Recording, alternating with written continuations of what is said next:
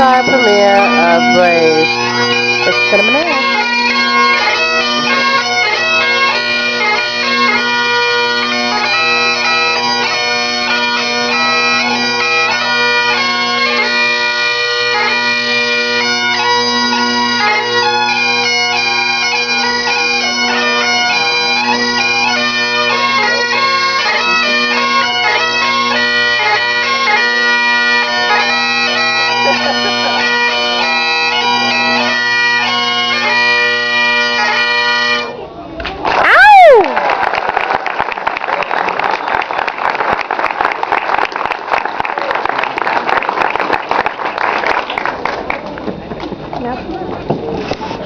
How about that?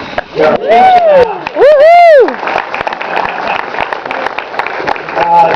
Gentlemen, I think you need to provide your own exit music as well, unless you just want to like hang out and play it out. You want to go out that way and around and through the so they can all get a good look at you?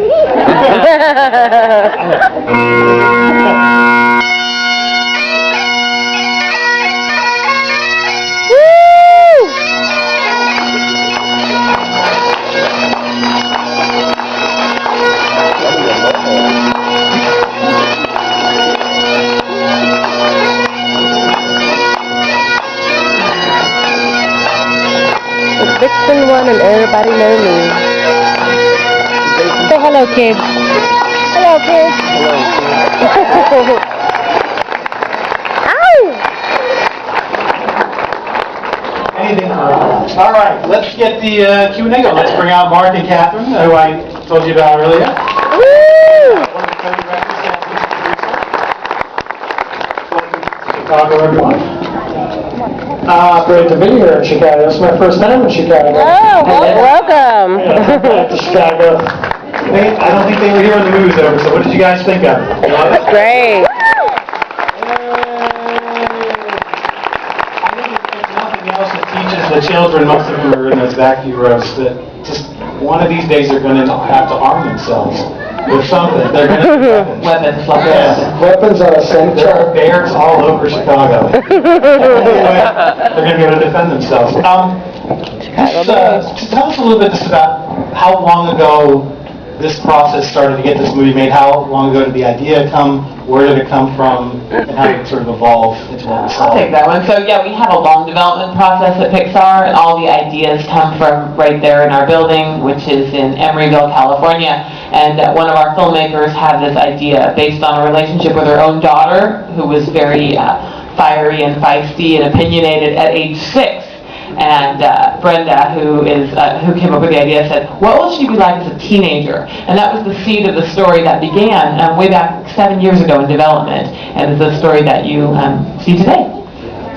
And then when it started coming to casting, just talk a little bit about pulling every Scottish actor you could find into this movie, and then a few other people too. But yeah, just talk a little bit about casting. Well, we start with the character design and development, and what does the story require of this character? And we always need something very special, of course, not just because it's a movie, because it's a Pixar movie. You know, the bar is really high for the performances. The animators are very talented, but they need a great voice to work with.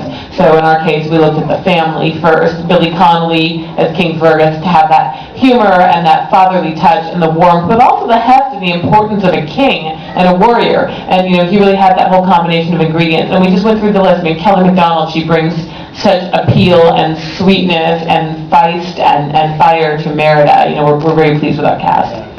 And we were talking before about how you work as part of Disney, and Disney has this incredible history with princesses.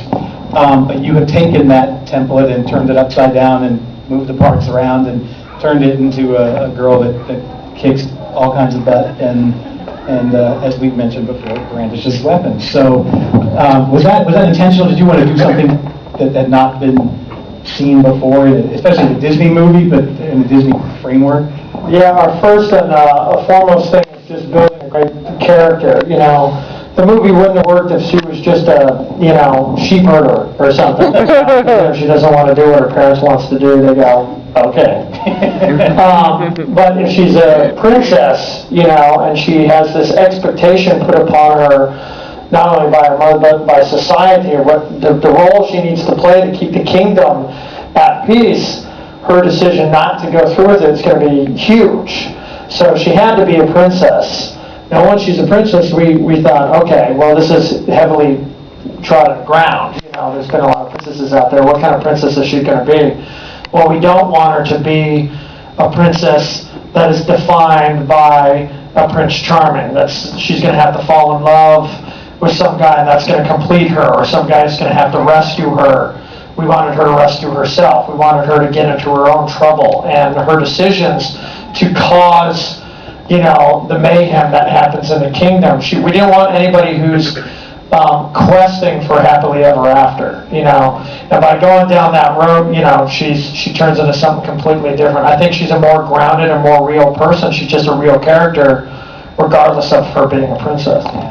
The other thing that I love about each new Pixar film is I know there's going to be something in it that I've either never seen or I've never seen done as well as this. And there's so much, we talked before about, there is so much nature in this film, and that is so hard to animate in a realistic way, between the grass and the water and mist and just everything about this organic looks so much crisper and perfect. Not too crisp, actually. I guess that's part of nature. It doesn't look crisp, but especially the water. This is the second time I've seen it, so I was really able to kind of just watch what you guys did in that river sequence when the bear was catching the fish.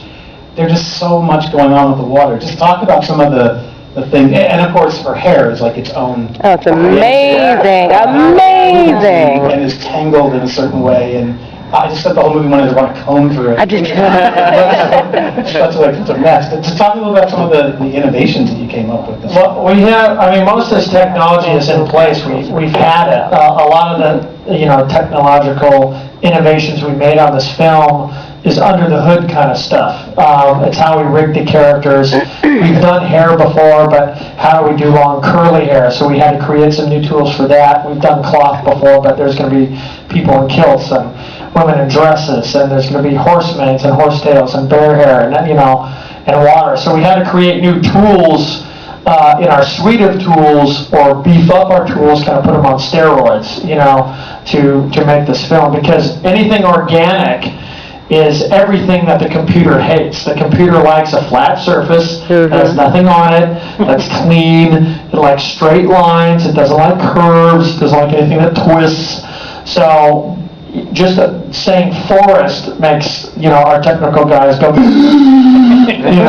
we want leaves, let's make the wind, and when she steps in grass, it's got to fall down, and let's put some waterfall in it, but they rise to the challenge. They're not, they freak out, but then they go, okay, how do we do this? And they love to solve those problems.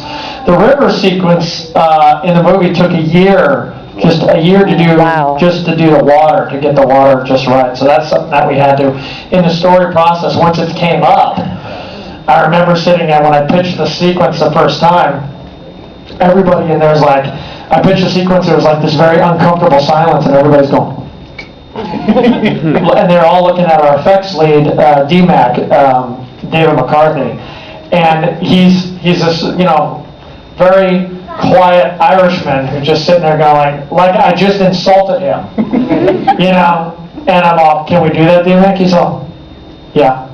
Are these the shots you want? I think so.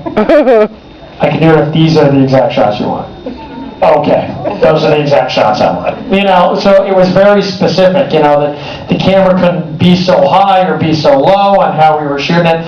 So I told him I'd work with him to make it easier on them, but still get the point across, because we needed this scene, because the whole movie's about transformation, and this moment was about moving and changing and transforming, and the sun's out and the water's moving and they're kind of cleansing themselves, so it's all in there story-wise as well, but they needed certain parameters to be able to deliver. We've done water before. I hate Finding Nemo, right? But when you think about it, those are fish that are underwater the majority of the time, and it's a whole new challenge when you take a river and actually put somebody in it to interact with it and splash around in it. And if those things are bears and humans with hair, it's it's crazy complicated. So kudos to our team for meeting that challenge. But yeah, I mean, it would have been easier to set that scene on a cement floor somewhere. Top of a mountain. Top of a mountain, but, A rock. it needed to show movement and change and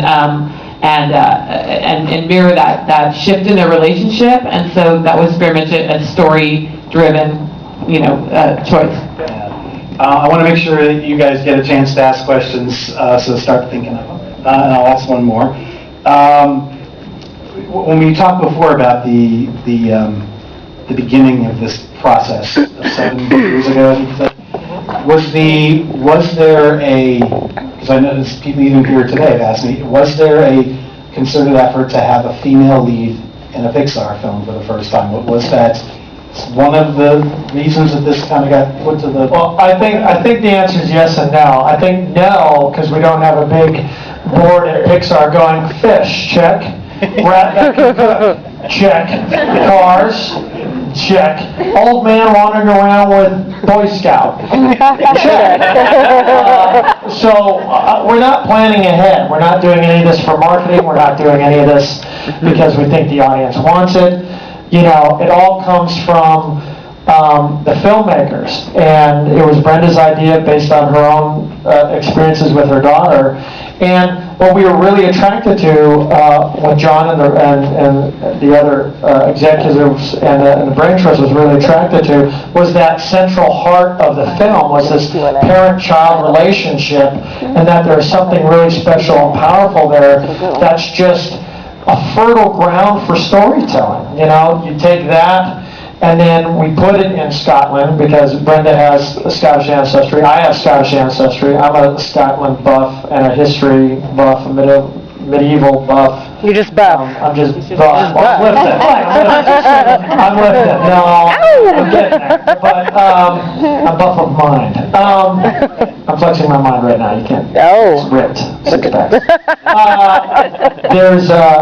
We put it in Scotland because we have an affinity to it. It's that whole adage of write what you know, and I know that's kind of boring and cliche, but it's exactly true, because we're going to be working on this thing for 7 years, and when we started out, it was just this idea of, this parent-child relationship in this medieval Scotland. What do we got? And then the story developed. So it's not like we had this story for this exact story that you saw for 7 years. We had the kernel of an idea, and it took 7 years of trial and error to get all these elements, to investigate all these elements and twists and turns and other ideas and triplets and bears and transformation and all this magic and whatnot, and turning it into the film you see today. All right, who has some questions? Oh, good. Okay.